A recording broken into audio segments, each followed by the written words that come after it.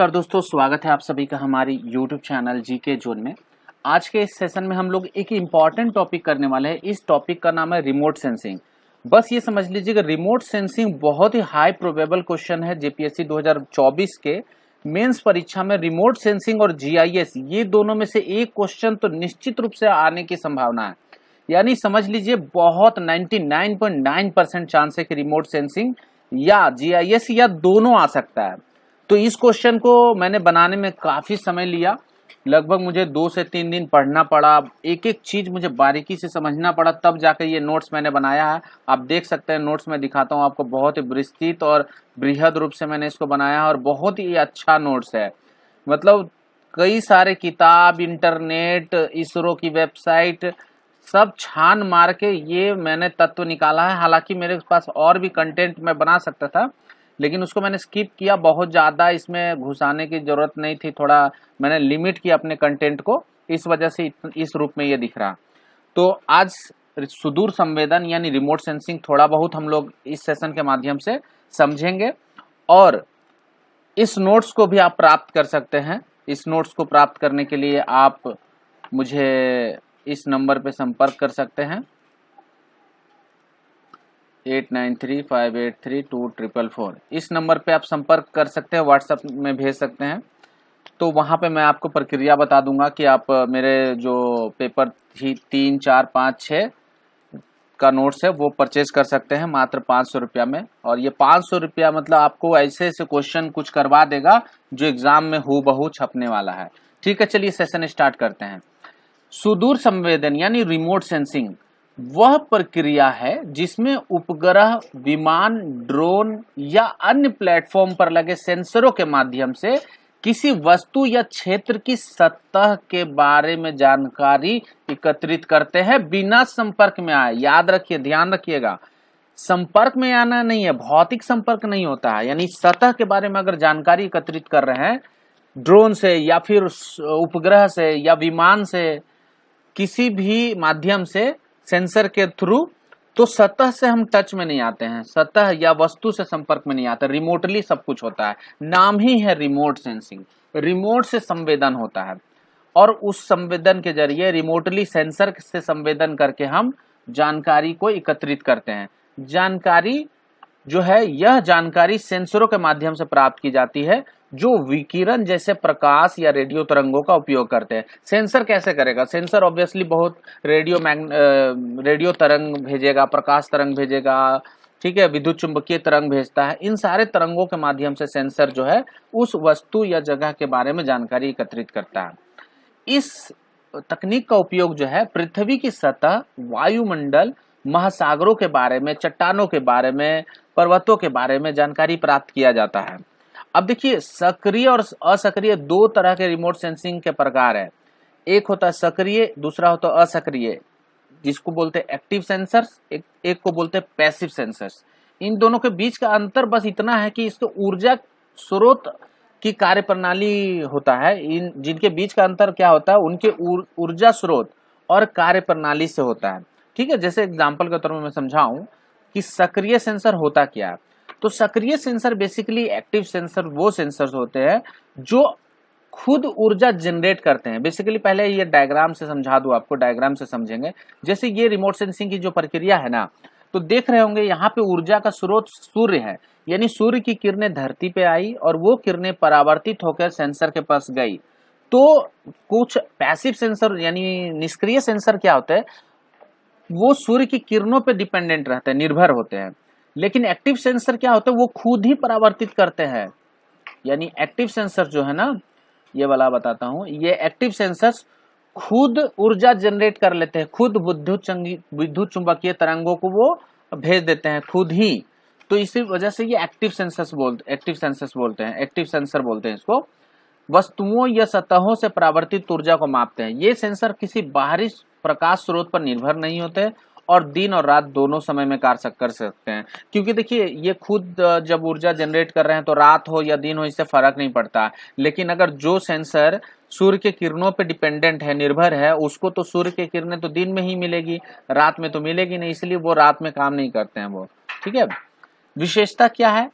विशेषता है स्वयं ऊर्जा का उत्सर्जन, ये सेंसर सूर्य के प्रकाश या अन्य बाहरी स्रोत पर निर्भर नहीं करते, इसलिए 24/7 काम कर सकते हैं। मौसम पर निर्भरता जो है इसकी नहीं है।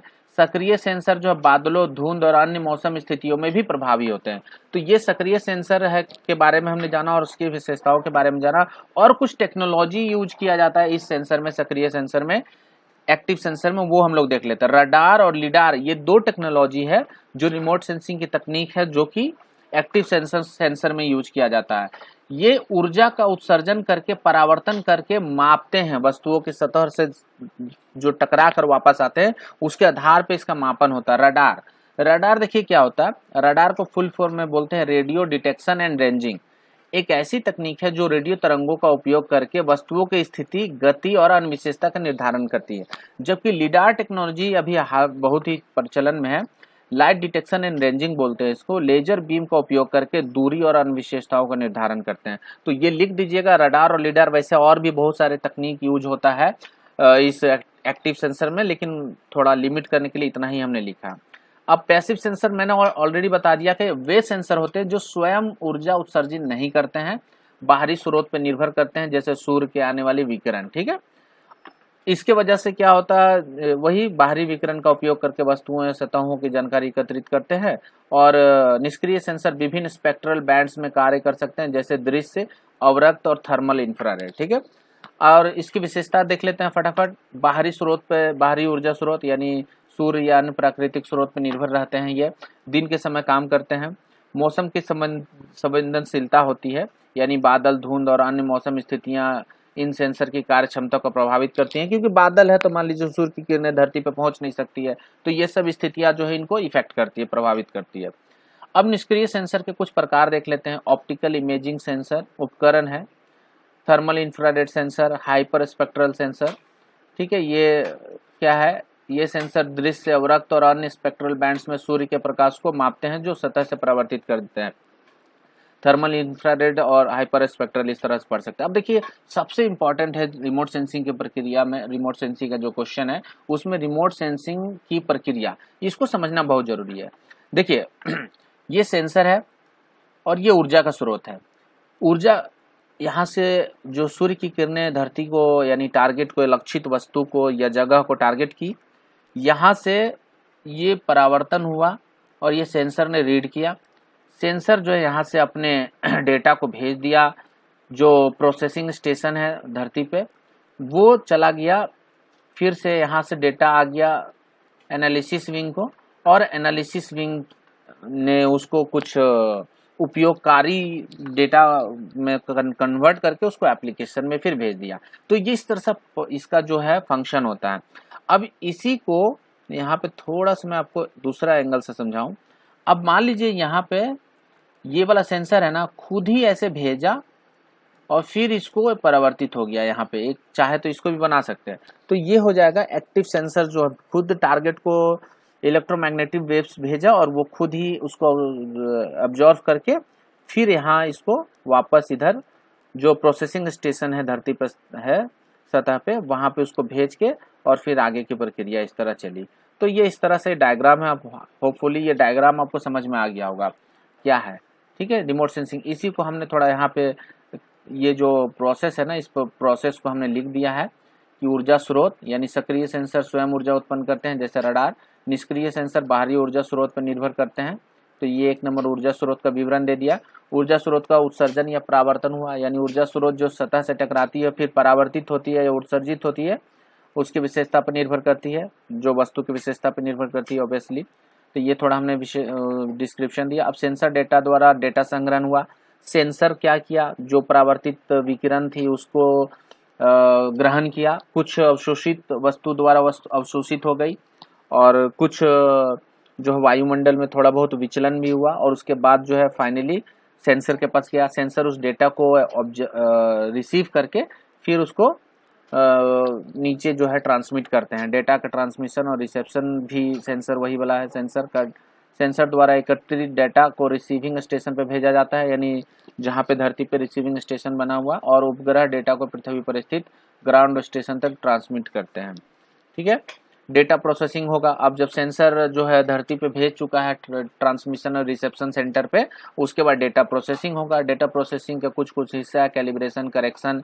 करेक्शन क्यों? करेक्शन इसलिए जरूरी है कि वायुमंडलीय और अन्य प्रकार की विकृतियों को ठीक करने के लिए, ठीक है। उसके बाद एनहांसमेंट यानी थोड़ा सा शुद्धिकरण और दृश्यता उपयोगिता बढ़ाने के लिए किया जा सकता है। और फाइनली डेटा प्रोसेसिंग के बाद क्या हुआ, डेटा की व्याख्या करना पड़ेगा। मान लीजिए कुछ ऑब्जर्वेशन हुआ तो क्या, जैसे मान लीजिए कोई डेटा आया तो क्या है, समुद्र है या फिर कौन सा मिनरल पाया जाता है, धरती खिसक गई है, इस तरह का जो व्याख्या करना। फाइनली डेटा का काम क्या है, व्याख्या करना। और व्याख्या के अनुरूप उस डेटा का क्या उपयोग होगा वो इस संबंध में थोड़ा हमने बताया है। जैसे उस डेटा का उपयोग हम लोग पर्यावरण निगरानी में कर सकते हैं, कृषि में कर सकते हैं, शहरी योजना में कर सकते हैं और आपदा प्रबंधन में कर सकते हैं। तो ये प्रोसेस जो इमेज है ना, इस प्रोसेस को हमने थ्योरी और शब्दों में इसको लिखा है, ठीक है। अब थोड़ा रिमोट सेंसिंग के अनुप्रयोग देख लेते हैं। बहुत व्यापक और विविध है, जिनका उपयोग जो है विभिन्न क्षेत्रों में किया जाता है। यहाँ कुछ प्रमुख अनुप्रयोग का विवरण दिया गया है। पर्यावरण निगरानी, वनों की कटाई, इससे मॉनिटरिंग कर सकते हैं। जल संसाधन प्रबंधन कर सकते हैं। मैं आगे डीप नहीं जा रहा हूँ, बस ऊपर ऊपर जा रहा हूँ। जलवायु परिवर्तन हम लोग इससे जांच सकते हैं। कृषि के क्षेत्र में इसका उपयोग किया जा सकता है। फसल स्वास्थ्य निगरानी कर सकते हैं। मिट्टी की नमी को जांच सकते हैं। कीट और रोग प्रबंधन में हम लोग कर सकते हैं। शहरी और क्षेत्रीय योजना में कर सकते हैं। भूमि उपयोग, भूमि कवर को हम लोग जांचने के लिए कर सकते हैं। वायु की गुणवत्ता, इससे हम माप सकते हैं। आपदा प्रबंधन में बहुत ज़्यादा यूज होता है। भूकंप हम लोग फोरकास्ट कर, भूकंप के बारे में पता करते हैं। बाढ़ का हम फोरकास्टिंग कर सकते हैं। ज्वालामुखी विस्फोट की हम लोग निगरानी और पूर्व चेतावनी कर सकते हैं। भूगर्भीय और खनिज अन्वेषण के क्षेत्र में इसका भी काम बहुत होता है। जैसे कि खनिज संसाधनों की पहचान मूल्यांकन में बहुत ज़्यादा यूज होता है। भूगर्भीय संरचनाओं और दोषों का अध्ययन कर सकते हैं। पेट्रोलियम अन्वेषण में होता है। इस तरह से बहुत है। समुद्र में मगरमच्छ गतिविधि में, मंगलमच्छ गतिविधि में, मत्स्य प्रबंधन में, संरचनात्मक इंजीनियरिंग में होता है, जैसे कि पुल, इमारत, अन्य संरचनाओं की स्थिति और निगरानी के क्षेत्र में। इस तरह से मानविकी और पुरातत्व क्षेत्र में किया जाता है। खुदाई से पहले इसका उपयोग होता है बहुत। तो इस तरह से ये है। अब निष्कर्ष पे आते हैं। बहुत सारा आपने दिखा दिया मैंने। रिमोट सेंसिंग तकनीकें विभिन्न क्षेत्रों में अनगिनत अनुप्रयोगों के लिए उपयोगी है। ये अनुप्रयोग हमें पृथ्वी और उसके पर्यावरण के बारे में विस्तृत और सटीक जानकारी प्रदान करते हैं, जिससे हम विभिन्न वैज्ञानिक प्रबंधन और योजना कार्यों में सुधार कर सकते हैं। रिमोट सेंसिंग की क्षमता से हम पर्यावरण की रक्षा, आपदाओं का प्रबंधन और संसाधनों का कुशल उपयोग सुनिश्चित कर सकते हैं। तो ये रिमोट सेंसिंग के बारे में हमने क्या क्या देखा। रिमोट सेंसिंग क्या है, एक्टिव और पैसिव रिमोट सेंसिंग क्या है, रडार और लीडार के बारे में थोड़ा सा पढ़ा हमने। निष्क्रिय सेंसर की विशेषता देखा। निष्क्रिय सेंसर कितने प्रकार के होते हैं, उपकरण कौन कौन से वो देखा। और सबसे इम्पोर्टेंट रिमोट सेंसिंग की जो प्रक्रिया वो हमने समझा दोस्तों, और उसका विवरण हमने दिया। और अनुप्रयोग, रिमोट सेंसिंग का अनुप्रयोग। इसके अतिरिक्त मैं थोड़ा सा इस वीडियो को समाप्त करने से पहले थोड़ा दिखा दूं कि जैसे एक क्वेश्चन है कि बाढ़ का मानचित्रण और बाढ़ के जो फोरकास्टिंग, बाढ़ की नहीं, जो मौसम आपदा की फोरकास्टिंग वगैरह के बारे में थोड़ा बहुत हमने लिखा है SAR का। ये चलिए मैं इसको बाद में आपको दूंगा और समझाऊंगा। फिलहाल के लिए इस वीडियो को यहीं समाप्त करते हैं। और नोट्स जो है आप लेना चाहें, पेपर 3, पेपर 4, पेपर 5, ठीक है, तीनों मैं दे रहा हूँ मात्र 500 में, 500 में दे रहा हूँ दोस्तों। क्या क्या दे रहा हूँ, पेपर 3, पेपर 4, पेपर 5, क्या हो गया इसी में लिखा गया, पेपर 6। 500 में पेपर 3, 4, 5, 6 का क्या क्या दे रहा हूँ मैं, important topic question and answer के फॉर्मेट में, ठीक है। ये मैं दे रहा हूँ इम्पोर्टेंट टॉपिक्स जो रहेगा क्वेश्चन एंड आंसर के फॉर्मेट में, ये पूरे नोट्स में। इसीलिए आप चाहें तो इसको अवेल कर सकते हैं, ज़्यादा समय बचा हुआ नहीं है। बहुत सारा ऐसा टॉपिक है जो उसको खुद करने में 3 से 4 दिन लग जाता है, तो इसलिए इन सारे नोट्स को आप प्राप्त कर सकते हैं। चलिए, प्राप्त करना हो तो 8935832444 पे संपर्क कीजिएगा। व्हाट्सएप में बोलिएगा मुझे नोट्स चाहिए, मैं आपको पेमेंट आप कीजिएगा, मैं आपको भेज दूंगा नोट्स PDF फॉर्मेट में। PDF में दूंगा, हार्ड कॉपी नहीं, ठीक है, व्हाट्सएप में PDF दूंगा। चलिए थैंक यू। वीडियो पसंद है तो लाइक कीजिएगा, शेयर कीजिएगा, सब्सक्राइब कर लीजिएगा चैनल से।